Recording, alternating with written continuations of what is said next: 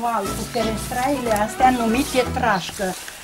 Doi oameni tăiau odată lemnul așa și după aia îl despica așa. Dacă nu erau doi, jos puneau o greutate. Și după aia a apărut motorul cu abur.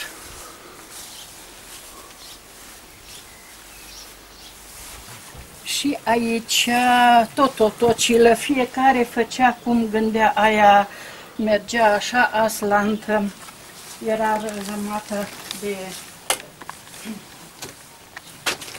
Aici iarăși multe obiecte făcute din crenguță de rechită. Uitați ce masă rotundă, patrate, coșuri de rufe, valize mai mari, mai mici, garnize pentru perdele și tot felul de coșuri. Aici un scăunel pentru copii, aici o băncuță tot din crenguță de rechită și aici rata olarului. Din lutul ăsta făceau tot felul de vase. Îl punea în cuptor, îl ardea și după aia îl muia și făceau... Înainte sticlele erau tot din lut. Sticle, ulcioare, farfurii, căni, cănițe, toate din lut. Aici câteva obiecte făcute de elevii de la Școala de Arte și Meserii. Uitați ce ramă interesantă cu tricolorul, cu șnurul, coroana regelui sus și tot felul de obiecte, casetuțe pentru bijuterii, vulturi, vaze de flori, aici butoiaș, plioscă, aici tot felul de suporturi pentru pus prosoape.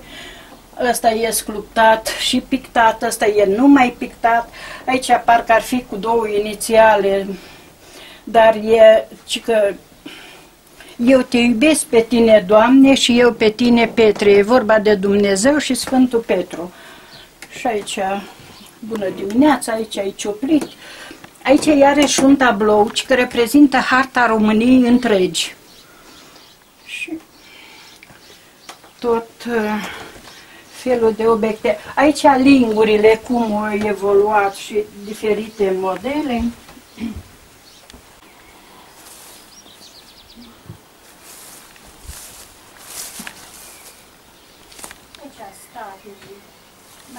Dincolo sunt prosoape de câine. Vă știți planta aia ce se ducea la baltă, se usta, se dădea pe melițele astea mai mari, mai mici, se scotea firul ăsta subțire numit fuior și făceau prosoape, cerșafuri, pânza mai subțire și mai rămânea firul ăsta gros care făceau saci, covorașe, funii, ce aveau nevoie la gospodărie.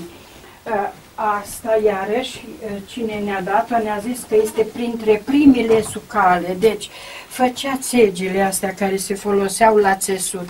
Și după aia, uitați cât a redus. Fiecare făcea cum gândea. Că dacă punea asta și statuile alea mari, în bordeiul ăla mic, nu mai aveau loc în casă. Aici are și o piesă interesantă, se cheamă calandru. Cu ajutorul ei se presa stofa aia de la sumane, că de la țesutii și-au ondulată și o băga pe acolo și o presa, că cu fiarele alea de călcat nu reușea. Aici printre primele căricioare cu roțile alea mari, aici o mașină de tors și aia de acolo și asta de aici e de tors și răsucit. Aici modele de furcă de tors. Deci, vă spuneam, uitați asta ce frumoasă e, cu modelaj, cu așa. Ei, și asta e bună, că aici se oprește caierul și fiecare cum avea, cum gândea, cum putea. Aici a făcut una din două bucăți. Și aici tot felul de modele de depănători sau vârtelniță. Uitați, asta merge așa, aia merge invers, asta e cu un scul, aslantă cu două.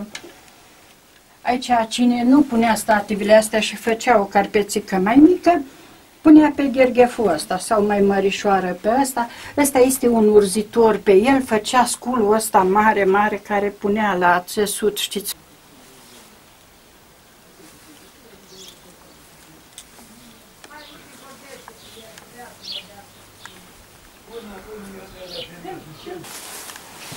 Acum vreo 6-7 ani, soțul a fost la București și a oprit pe la Ploiești, pe la Muzeul Ceasurilor. Și a făcut și el o colecție de ceasuri de mână, ceasuri de buzunar, de perete mai vechi, mai noi, cum au evoluat. Aici primul aparat de fotografiat cu burduf, a doilea cu casetă. Ăsta tot printre primele aparate la minut, culor. Polaroid, da? Da, aici un vas în care se punea o soluție și se developau pozele astea alb-negru. Aici, printre primele aparate de radio cu pick-up, aici iarăși o ramă interesantă, uitați ce frumos e lucrată și cu icoana și cu ceasul ăla, la fiecare oră cânta câte o melodie religioasă. Aici ceasuri mai noi, asta iarăși sunt vechi, ceas cu CFR-ul. Aici avem foarte multe obiecte de la gara, de la Câmpul Lung Est, uniforma de ceferist, geanta iarăși din lemn cu felinar, aici un aparat care se măsura linia, aici iarăși care se înșuruba linia, aici harta căilor ferate, aici gara de la Câmpul Lung Est, de aici de la noi. Și aici e prima locomotivă care a circulat la gara asta și noi le-am pus pe stelante cum au evoluat, așa. Aici, printre primele Xerosuri, și aici, iarăși, primul telefon Morse, a doilea telefon cu manivela, a treilea cu furca. Aici, printre primele microfoane care anunța sosirea și plecarea trenurilor. Aici, un transmisător, aici tot un aparat de asta, telefon mobil, primele care au ieșit Motorola din alea. Sigur sunt mai noi, dar aici printre primele mașini de scris și aici primul calculator. Ăla e un proiector de filme. Așa, aici câteva cărți cu CFR-ul și aici iarăși o harta căilor ferate sau calea ferată, mai bine zis, Iași, Ilva Mică. Dar e interesant că e făcută dintr-o bucată și toate stațiile la care oprea trenul și